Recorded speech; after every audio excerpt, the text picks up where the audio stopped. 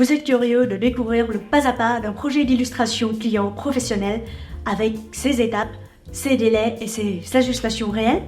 Salut, je suis Anne, je suis illustratrice onirique et multiculturelle et voici 4 étapes d'un projet illustration client que j'ai réalisé l'année dernière où aucun détail n'est laissé au hasard. Le tout expliqué en moins de 4 minutes.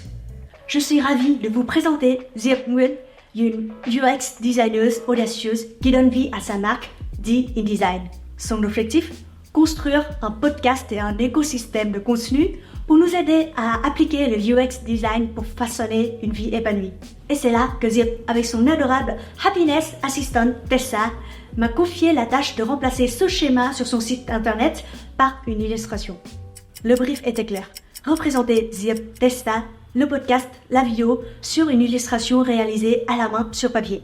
À cela s'ajoutait une seule contrainte colorimétrique. Respecter les couleurs orange et vert menthe de sa charte graphique. J'ai donc une large possibilité à la créativité. Mais je refuse de me contenter de créer simplement un joli dessin. Pour moi, il est essentiel que Diep se voie dans l'illustration, que l'image résonne avec son public et reflète ses valeurs comme son histoire personnelle avec force et clarté. Nous avons donc organisé une séance de brainstorming de 2 heures pour qu'elle puisse me raconter son vécu et sa vision pour D-InDesign, le tout dans un environnement de confiance. C'est lors de ces discussions que j'ai pu identifier les éléments cruciaux à inclure, ceux à dissimuler ainsi que le fil rouge. Nous nous sommes ensuite donné rendez-vous la semaine suivante pour découvrir ensemble le rough sketch. Pour que nous puissions avoir le plus de liberté de modification, le premier croquis a été réalisé sur tablette. J'ai mentionné qu'aucun détail n'était laissé au hasard. Voici Diep, accompagné de Tessa, traversant un champ de vigne en Allemagne, pays où elle réside. Sa voiture se déplace de gauche à droite, symbolisant la transition du passé vers l'avenir dans le langage visuel. Tout à gauche, nous avons le marché typique de Tam Kỳ, Vietnam, qui symbolise ses racines et l'influence de son enfant sur sa vie. Plus loin est dessiné un bus quittant le village et roulant vers Diamond Plaza, un des symboles de Ho Chi Minh Ville dans les années 2000. Cela évoque les années universitaires de Diep, ainsi que le contraste entre le village natal et le nouveau monde qui s'ouvrait à elle. C'est à Diamond Plaza que Diep a vu pour la première fois la voiture Volkswagen décapotable qu'elle rêvait conduire un jour. Une idée insensée pour la jeune étudiante qu'elle était. Aujourd'hui, qu'elle conduit fièrement cette voiture.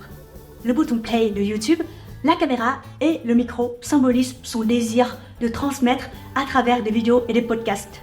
Le micro et la tasse évoquent le moment paisible d'enregistrement et de l'écoute des podcasts, ainsi que sa vision future d'interviewer des experts en UX design autour d'une tasse de café. La tasse avec le vilain petit canard est un clin d'œil à son enfance, à ses complexes et à ses peurs, embrassée pleinement par la femme qu'elle est aujourd'hui. Cette tasse est aussi un cadeau offert par son partenaire de vie, un symbole d'amour et de compréhension. Les nuages à l'arrière-plan sont dessinés sous forme de tête portant les casques audio. C'est une représentation discrète des auditeurs que Diep touchera avec ses contenus et qui l'accompagneront partout où elle ira.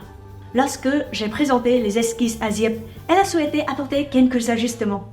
Elle souhaitait que son nez soit légèrement retravaillé pour mieux refléter sa physionomie réelle, que le visage des têtes nuages soit plus représentatif de son public cible avec des traits plus vietnamiens, que le micro dessiné soit celui qu'elle utilise au quotidien, que la caméra dessinée soit remplacée par son iPhone, l'outil d'enregistrement audio et visuel préféré de Diep, connu pour son UX design impeccable.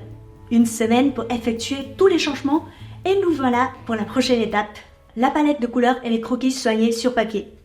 Le choix de la palette de couleurs a été relativement simple car de nombreux éléments ont été inspirés de la vie réelle et Diep dispose déjà une palette de couleurs importante pour sa marque. J'ai proposé 2 options pour l'ancrage des casques sur les têtes nuages à l'arrière-plan. Et Diep a préféré la version avec les traits noirs. Encore une semaine pour poser sur papier avec des traits soignés. Et voici mon étape préférée, le coloriage. Étant donné qu'il s'agit de coloriage à la main sur papier, aucune modification ne peut être possible une fois le trait tracé. Mais je pense que Diep, tout comme moi, n'avait aucune appréhension. Juste une excitation palpable à l'idée de découvrir l'illustration finie. Après 2 semaines, nous nous sommes retrouvés une dernière fois pour qu'elle découvre le résultat final.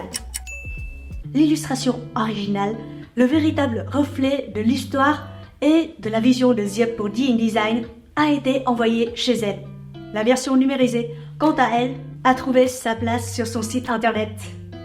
C'est avec une pointe de nostalgie que nous mettons fin à notre rencontre hebdomadaire de cette aventure créative.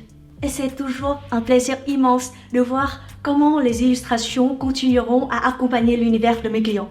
Je suis ravie de replonger dans les doux souvenirs de ce projet et de partager avec vous cette expérience. Par contre, faute de temps, je ne peux malheureusement pas prendre des photos détaillées ainsi que les vidéos coulisses de tous les chouettes projets clients sur lesquels je travaille. Vous avez peut-être remarqué que toutes mes vidéos coulisses sortent 1 an après la finition du projet. Alors, si vous voulez savoir exactement sur quoi je suis en train de travailler en temps réel, vous pouvez abonner à Creative Letter, ma newsletter mensuelle. Dedans, vous découvrez mes projets en cours et également ce que la vie de freelance créatif m'a appris au cours du mois. Et ce sont des choses que je n'ose pas ou pas encore partager publiquement sur les réseaux sociaux. Le lien est dans la description et dans les commentaires.